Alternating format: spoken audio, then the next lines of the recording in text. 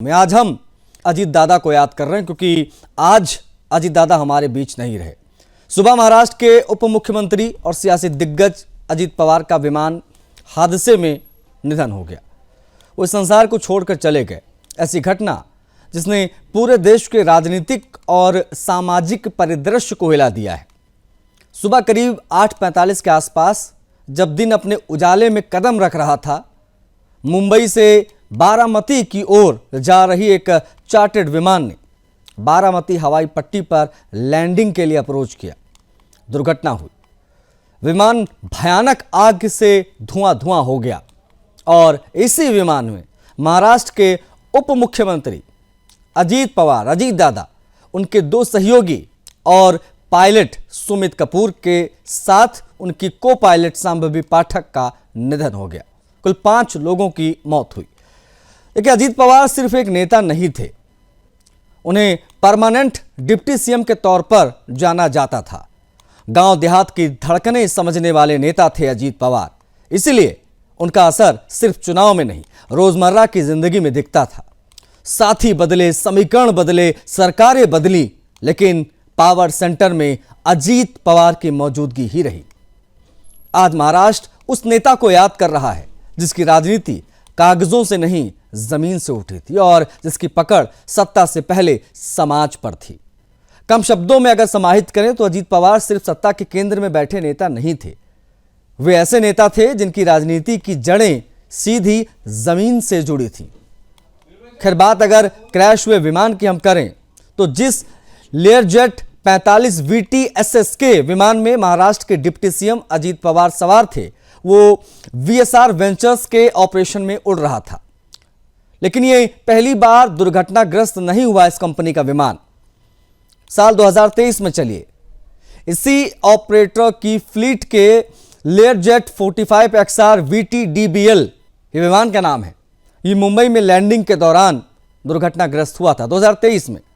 उस समय भारी बारिश और कम विजिबिलिटी वजह बताई गई थी। विमान रनवे से एकाएक हट गया था, क्रैश लैंड हुआ था, लेकिन सभी सवार सुरक्षित बाहर निकल गए। लेकिन अफसोस, इस बार ऐसा नहीं हुआ। आज जवाब तो चाहिए में हम सिर्फ अजीत दादा को याद ही नहीं कर रहे हैं, बल्कि आज हम समझेंगे भी विमान क्रैश के पीछे की वजह क्या थी। आज हर पहलू पर बात।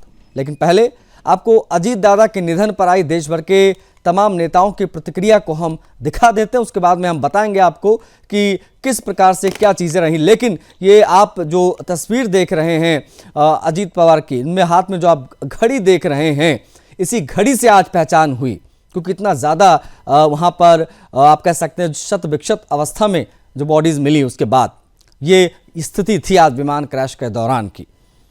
प्रतिक्रिया देख लीजिए। उसके बाद में पैनल में हमारे साथ कौन कौन से लोग जुड़ेंगे जिनसे आज हम बातचीत करेंगे इस विषय पर, वो भी आपको बताएंगे। लेकिन पहले देश भर से आई प्रतिक्रियाएं देखिए। आज क्या दिन हमारे लिए एक बड़ा दुख लेकर भी आया है। आज सुबह ही महाराष्ट्र में दुखद विमान दुर्घटना हुई है। इस दुर्घटना ने महाराष्ट्र के उप मुख्यमंत्री अजीत पवार जी और कुछ साथियों को हमसे छीन लिया है। अजीत दादा ने महाराष्ट्र और देश के विकास में अपना बड़ा योगदान दिया है। विशेष रूप से गांवों के जीवन को बेहतर बनाने के लिए उन्होंने हमेशा आगे बढ़कर काम किया। मैं अजीत पवार जी के परिवार के प्रति संवेदना व्यक्त करता हूं।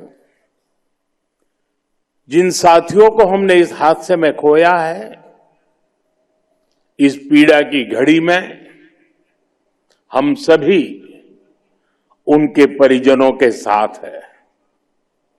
साथियों, दुख और संवेदना के इन पलों के बीच मैं यहां मौजूद आप सभी कैडेट्स का, विभिन्न मित्र देशों से आए कैडेट्स और ऑफिसर्स का अभिनंदन भी करूंगा। समूचे महाराष्ट्र में बहुत ही दुख का वातावरण तैयार हुआ है। हम सभी के लिए इस प्रकार के जननेता को खोना एक अपरिमित इस प्रकार की हानि है। व्यक्तिगत मेरे लिए वो एक बहुत ही दमदार और दिलदार इस प्रकार के मित्र थे और हम दोनों ने साथ में काफी संघर्ष का काल भी देखा है और अब दृढ़ता के साथ महाराष्ट्र के विकास में जब वो योगदान दे रहे थे और एक बहुत लंबी पारी वो खेलेंगे ऐसी परिस्थिति थी, ऐसे समय उनका निकल जाना, मैं ऐसा मानता हूं कि इसके लिए हमारे पास कोई शब्द भी नहीं है। ये हमारे लिए बहुत ही बेहद दुखद है और महाराष्ट्र के लिए भी दुखद है, उनके परिवार के लिए तो बहुत ही दुखद है।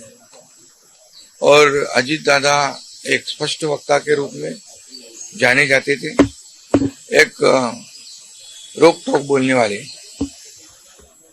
देखता हूँ करता हूँ ऐसे शब्द उनके डिक्शनरी में नहीं थे। जो होना है वो तुरंत करते थे, जो नहीं होना है उसे साफ ना कहते थे, लेकिन वो कड़े शब्दों में कहते भी, लेकिन मन के बहुत अच्छे थे। अजीत दा महाराष्ट्र के लाल रहे और उन्होंने जिस प्रकार से आज पूरा राजनीतिक जगत उनके आकस्मिक निधन से दुखी है, हम सब मर्माहत हैं और हम सब उनके परिवार के प्रति संवेदना व्यक्त करते हैं। अनबिलीवेबल ये, मतलब आज सुबह जब न्यूज सुनी, मतलब ये कुछ ऐसे विषय हैं जिसपे अभी भी विश्वास नहीं होता कि ऐसा हो गया है। अजीत पवार जी न सिर्फ एक जमीन से जुड़े हुए नेता थे, बल्कि उनकी पकड़ अपने विषयों को लेकर जिस तरीके से रही, मैं ये मानता हूं कि उनका जाना सिर्फ महाराष्ट्र के लिए ही नहीं, देश की राजनीति के लिए एक बहुत बड़ी क्षति है। दुखद ये घटना है। अजीत पवार जी एक लोकप्रिय नेता महाराष्ट्र के रहे, वो एक बार बीच में सांसद भी रहे और जो व्यक्ति 8 बार लगातार विधायक रहे हैं, 6 बार अपने देश के डिप्टी सीएम बने हैं, इसी में से उनकी लोकप्रियता नहीं जा सकती है। लेकिन कुल मिला करके इसमें कुछ किसी का दोष भी नहीं कराया जा सकता। वो प्लेन क्रैश में आज उनका देहांत हुआ, मैं उनके समस्त पवार परिवार और जितने भी समर्थक हैं उनको हमारी तरफ से संवेदना और जो मैंने बात की सुप्रिया जी से भी और उनकी मिसेज से। अजीत पवार एक अभी उनका जो देहांत हुआ, मैं समझूंगा कि प्रीमैच्योर डेथ है और इससे जो काम करने वाला व्यक्ति था उसको इस तरीके से उसका अंत होना, ये हम सभी को आघात कर दिया है। इस बात का गहरा दुख है, अजीत दादा का एक प्लेन क्रैश में निधन हो गया है। अजीत पवार साहब का अपना लंबा राजनीतिक इतिहास रहा है, अनुभव रहा है और ये हम लोगों के लिए बहुत ही बड़ा झटका है। तो देखिए, इस विमान हादसे पर सरकार का ऑफिशियल बयान आ चुका है और फिलहाल जो प्राइमा फेसी बताया गया, प्रथम दृष्टया विमान के दुर्घटनाग्रस्त होने के पीछे की वजह जो है वो ख़राब मौसम बताया गया, क्योंकि वहाँ पर विजिबिलिटी बहुत कम थी और 2 बार प्रयास होने के बावजूद वो लैंड नहीं कर पा रहा था और कोई भी मेडे कॉल नहीं दिया गया उस समय ये बातें भी कही गई हैं। 8:18 पर बारामती रनवे पर संपर्क किया गया था पायलट के द्वारा, अनुमति मांगी गई थी, अनुमति उस समय नहीं दी गई थी। गो अराउंड किया गया प्लेन, वापस से जब कोशिश हुई तो वहां पर कहा गया कि रनवे दिख रहा है, लेकिन कोई मीडिया कॉल नहीं हुआ और एकदम से वो आग की लपटें दिखने लगीं और तब जाकर पता चला कि ये बड़ा हादसा हो गया है। ये आखिरी घड़ी हमने इसलिए लिखा क्योंकि इसी घड़ी से पहचान हुई अजीत दादा की।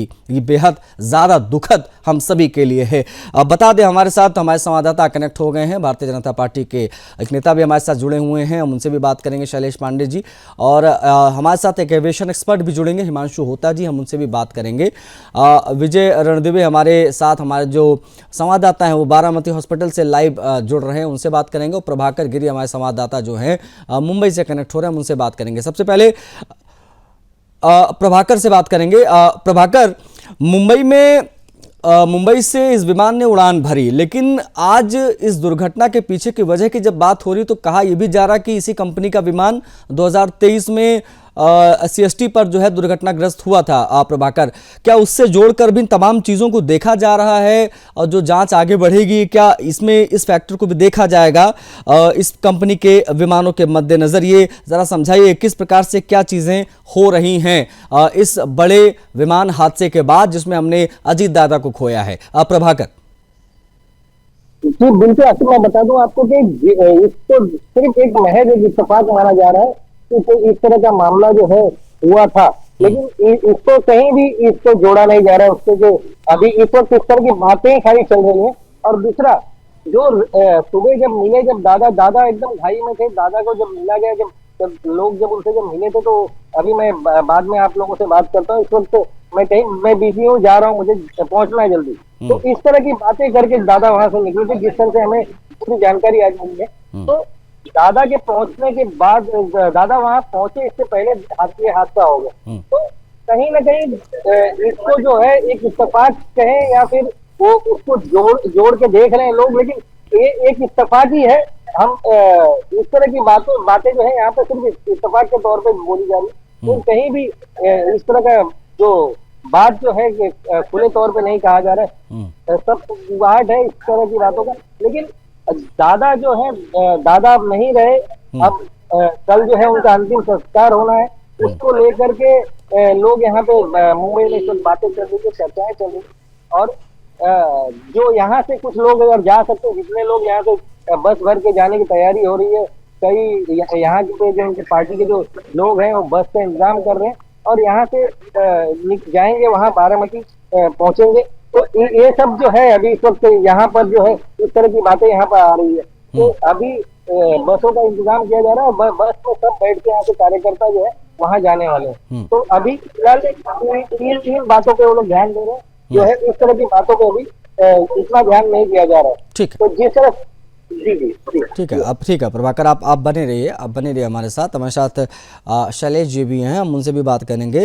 हमारे साथ में जो अन्य हमारे संवाददाता हैं बारामती से, विजय रणदिवे, हम उनसे भी बात करने की कोशिश करेंगे। लेकिन शैलेश जी, बेहद दुखद और कितनी बड़ी शख्सियत थे उसको शब्दों में नहीं बयां किया जा सकता। कहा जाता कि भाई वो बड़े ज़मीन से जुड़े नेता जो बहुत कम देखने को मिलते देश में, उनमें से एक थे। और इसीलिए आज फपक कर रो रहे हैं लोग, उनके कार्यकर्ता, उनकी पार्टी के तमाम लीडर्स जिन्होंने उनको खोया है। अब ऐसे में आप लोग किस प्रकार से उन्हें याद कर रहे हैं, ज़रा बताइए शैलेश जी, ये समझना चाहूँगा मैं। और अगर कभी आपकी व्यक्तिगत रूप से उनकी मुलाकात कभी अजीत जी से हुई हो तो वो भी आप साझा करना चाहें तो कर सकते हैं। शैलेश जी देखिए, आज ना केवल महाराष्ट्र बल्कि पूरा देश निशब्द है, लोगों की आंखों में आंसू है और बहुत संवेदना है। और मैं खुद बहुत ही दुखी हूँ, आहत हूँ। और सुबह जैसे ही ये बात मालूम पड़ी मैं तो एकदम शॉक रह गया कि क्या हुआ। और मैं तो भगवान से प्रार्थना की, हे भगवान ये कहाँ से कैसे इतना कठोर हो गए आप कि इतने अच्छे व्यक्तित्व को, जो कि जनता के नेता, कार्यकर्ता के नेता के रूप में हमारे उप मुख्यमंत्री आदरणीय स्वर्गीय दादाजी को लोग जानते थे। और मैं सबसे पहले मेरे भारतीय जनता पार्टी परिवार की तरफ से उनको अश्रुपूर्ण श्रद्धांजलि देता हूं। और मैं यही कहूंगा कि आज ये सिर्फ महाराष्ट्र का ही नहीं, राजनीतिक दृष्टि से ये देश के एक बड़े राजनेता को हमने खोया है और एक बड़े ही संवेदनशील राजनेता को खोया है। मैं आपको बताना चाहूंगा कि मैं भी कई बार, क्योंकि हमारी महायुति की सरकार रही और इसके पहले भी मैं राजनीति में 35 वर्षों से काम कर रहा हूं महाराष्ट्र में। आज 6 पीढ़ियों से हम इस महाराष्ट्र में रह रहे हैं। कई बार मुझे अजीत दादा से व्यक्तिगत तौर से मिलने का अवसर मिला। मैंने बहुत नजदीक से मैं उनको जाना और मेरे मन में जो उनकी एक प्रतिभा बसी, एक कार्यकर्ताओं के पीठ के पीछे चट्टान की तरह खड़ा रहने वाला नेता। कार्यकर्ताओं का क्या सुख है, दुख है, उनकी क्या रोजी रोटी रोजगार की चिंता है, उनका हर दुख सुख को बांटने वाला और उनकी चिंता करके कार्यकर्ताओं को न्याय दिलाने वाला एक नेता। और बड़े ही बेबाक विचार के वो थे। और कभी कभी बहुत सारे राजनेता है, हम लोग भी जब बात करते हैं मंचों से तो बहुत सारी चीजों को हम अवॉइड करते हैं कि अरे यार हम जनता के बीच में कैसे बोले। लेकिन अजीत दादा की जो एक मस्त मौला छवि रही, बेबाक छवि रही, वो व्यक्तिगत बातों को भी बड़े ही आसानी से, बड़े ही मजाकिया तौर पे, बड़े ही पारिवारिक माहौल में वो लोगों के बीच में अपने विचार को साझा कर लेते थे, मस्ती मजाक कर लेते थे। और इसीलिए उनका जो कार्यकर्ताओं से, जनता जनार्दन से बहुत ही इंटैक्ट कनेक्शन था। और मैं तो जब से महायुति के वो उप मुख्यमंत्री बने, मैंने उनके अंदर एक नया ही उनके अंदर रोल देखा, एक नई ही प्रतिभा उनके अंदर देखा। और आदरणीय हमारे मुख्यमंत्री देवेंद्र फडणवीस जी के साथ जिस तरह से वो कंधे से कंधा मिलाकर काम कर रहे थे, जिस प्रकार से वो सरकार के लिए लड़ते थे, सरकार को बात करते थे, भूमिका को स्पष्ट रूप से रखते थे। कभी कभी मुझे याद है अभी भी मराठा आंदोलन का विषय जब चल रहा था, उस वक्त कई लोग टीका टिप्पणी कर रहे थे सरकार पर, देवेंद्र जी पर। लेकिन देवेंद्र जी के साथ एक मित्र जिस तरह से खड़ा होता है और एक चट्टान की तरह वो एक मराठा लीडर, मराठा उप मुख्यमंत्री और एक मित्रवत वो देवेंद्र जी के साथ खड़े रहे, मित्रवत व्यवहार रहा उनका, ये हम कभी भूल नहीं सकते। और जनता के जनप्रिय नेता, लोकप्रिय नेता, गरीबों के, मजलूमों के। और सबसे बड़ी बात ऐसी थी कि वो समाज के हर वर्ग, हर धर्म के लोग, हर वर्ग के लोग, हर भाषा भाषिक, आज इतनी अच्छी वो हिंदी बोलते थे, हिंदी के लिए इसलिए तो हम कह रहे हैं ना शैलेश जी की, एक गांव देहात की धड़कन समझने वाले नेता थे। उनका असर सिर्फ चुनाव के समय नहीं दिखता था, लोगों के रोजमर्रा की जिंदगी में भी वो उनका असर दिखता था। इसलिए तो इसकी हम बात कर रहे हैं। एनीवेज शैलेश जी आप जुड़े, आपका बहुत आभार सर शामिल होने के लिए। लेकिन हमारे साथ जो हमारे संवाददाता हैं प्रभाकर, उनसे बातचीत को हम आगे बढ़ाएंगे। प्रभाकर, जब ये खबर आई 8:45 के आसपास का वो समय बताया गया, उसके बाद जब खबर सामने आई उसके बाद किस प्रकार की क्या प्रतिक्रियाएं थी? क्योंकि जाहिर तौर पर किसी को यकीन नहीं हुआ होगा कि एकदम से ये क्या हो गया।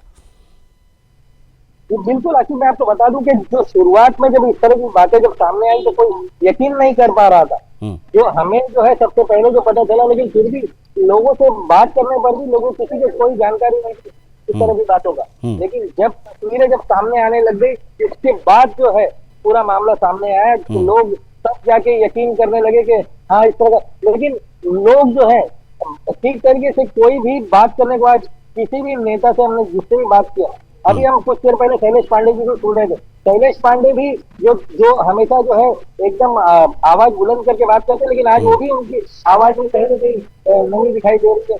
तो इस तरह से जो है आज कोई भी नेता, चाहे पक्ष विपक्ष नेता कोई भी हो, और उनके पार्टी से जो नेता जो है कोई भी आज बात करने तैयार नहीं था।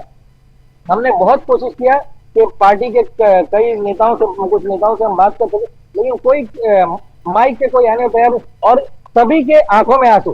देखिए वो नेता अपने पार्टी के थे, लेकिन कहीं ना कहीं अब उनके कार्यकर्ताओं से भी जुड़े हुए थे, हर कार्यकर्ताओं को नाम से जानते थे। वो जो भी वहां का जो कार्यकर्ता जो होता था जिस जगह का, वहां का उनको बराबर नाम पता होता था, और वो अगर उस समय मौजूद नहीं तो उसे चिल्ला भी देते थे, डांट भी देते थे। तो उस तरह का व्यक्तित्व था उनका।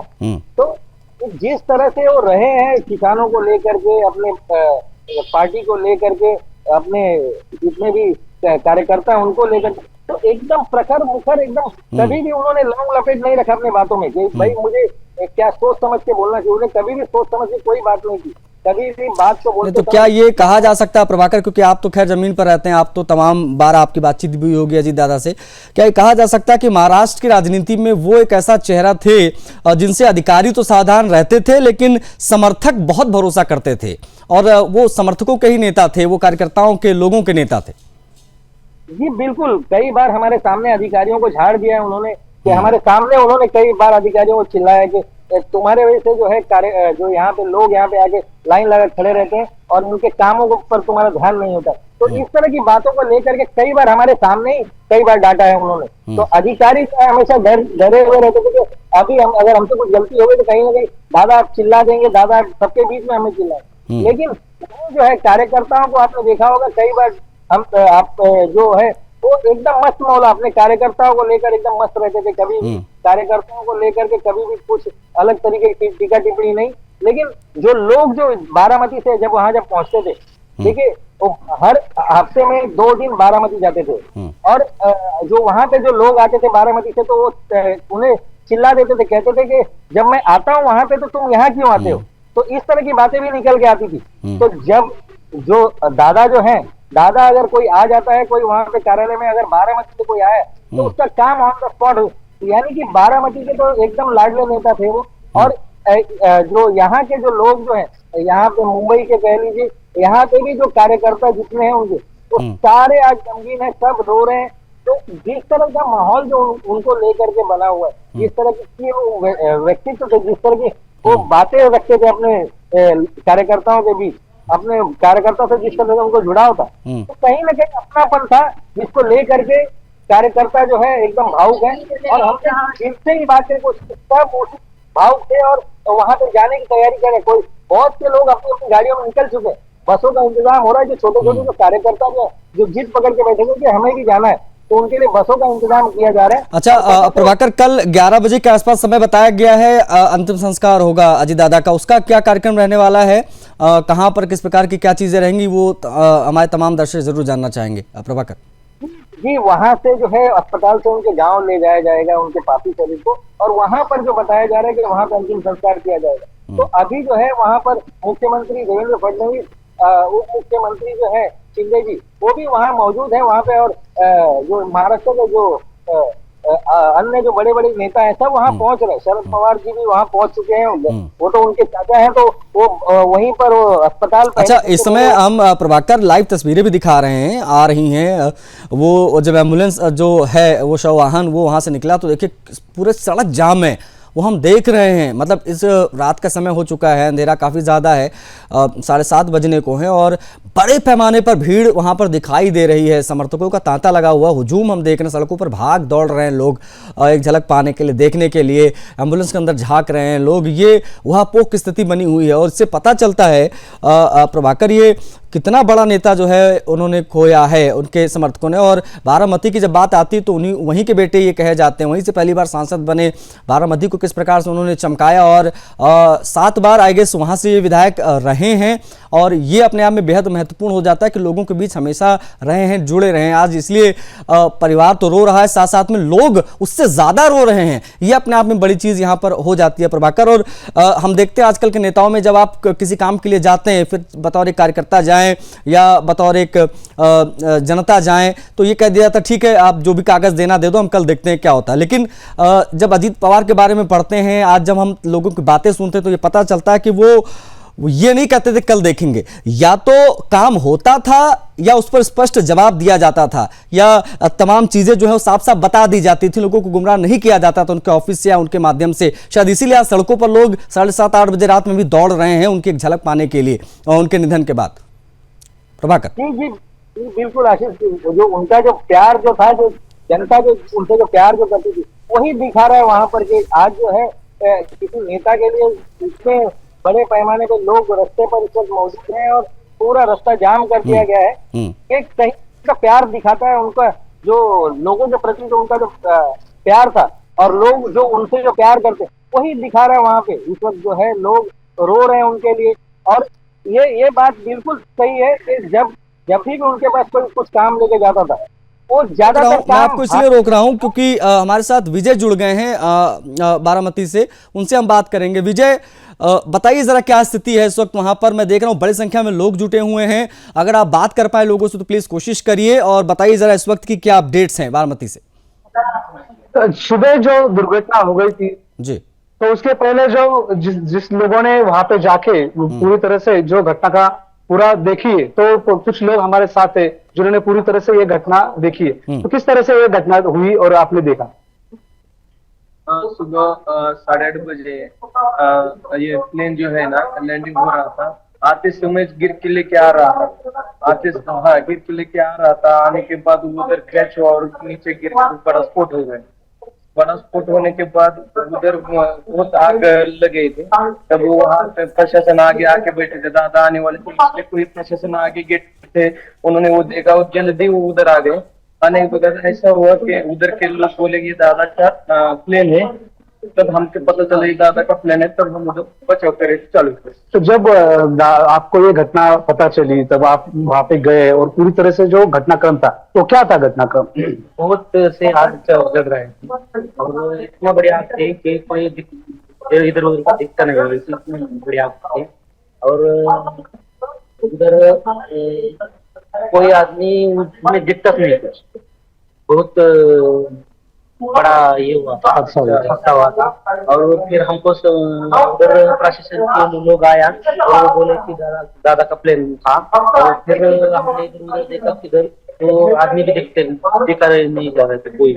और फिर दादा जो है ना तो वो बाहर फेंक के बहुत दूर पड़े 10 फुट दूर थे। और इधर गया तो मैंने देखा तो कुछ भी नहीं, मेरे को समझ भी नहीं। देख रहे कि किस तरह से जो वहां की जो घटना हुई थी, उस घटना का पूरा जो घटनाक्रम था उन्होंने देखा था। जब दादा को इन्होंने देखा तब वहां पे उनका जो बॉडी थी पूरी तरह से मतलब बहुत सारे ऐसा उनका कहना है कि वहां से जो उतने ये हो गया था कि बॉडी के 2 पार्ट पे पूरी तरह से जाल था। तो इन्होंने जाके वहां पे वो जो पूरी तरह से जाल था वो पूरी तरह से बुझा दिया और उसके बाद घर से जाकर चादर लाके पूरी तरह से दादा के जो बॉडी थे उसके ऊपर डाली थी। और उसके साथ दादा के साथ और भी कौन लोग थे और कितने लोग थे?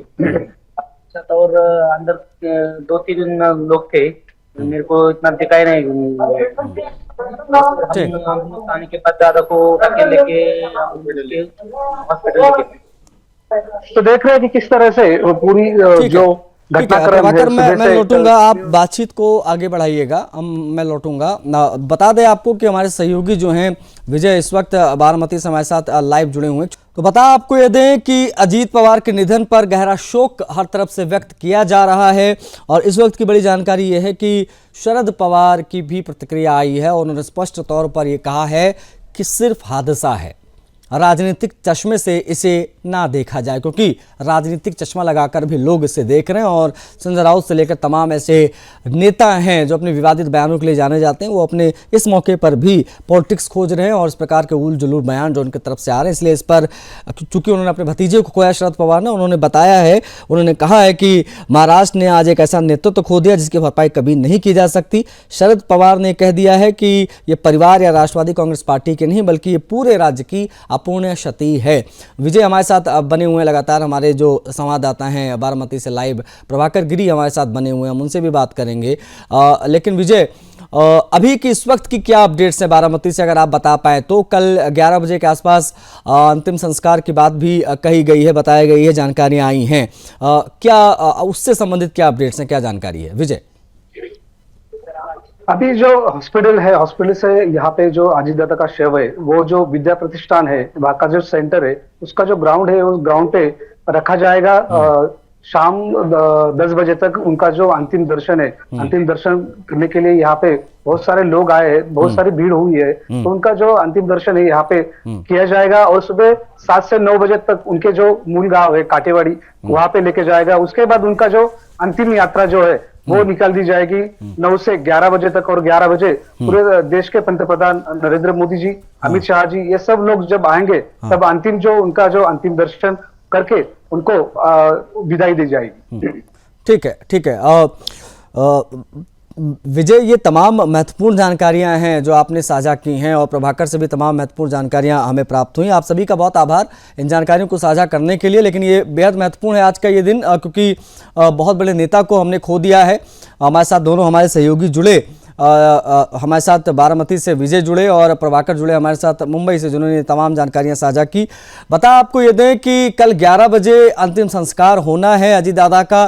प्रधानमंत्री मोदी भी वहां पहुंचने वाले हैं और उन्होंने आज एक बयान देकर भी श्रद्धांजलि दी है अजीत दादा को। लेकिन ये कितनी बड़ी शख्सियत थे ये दोहराने की भी आवश्यकता नहीं, ये दुनिया जानती है। लेकिन बड़ी बात यह है कि ये जो अपूर्ण क्षति हुई है जिसकी भरपाई अब कभी नहीं हो सकती। इस कार्यक्रम में इतना ही, मुझे आज्ञा दीजिए। जय हिंद।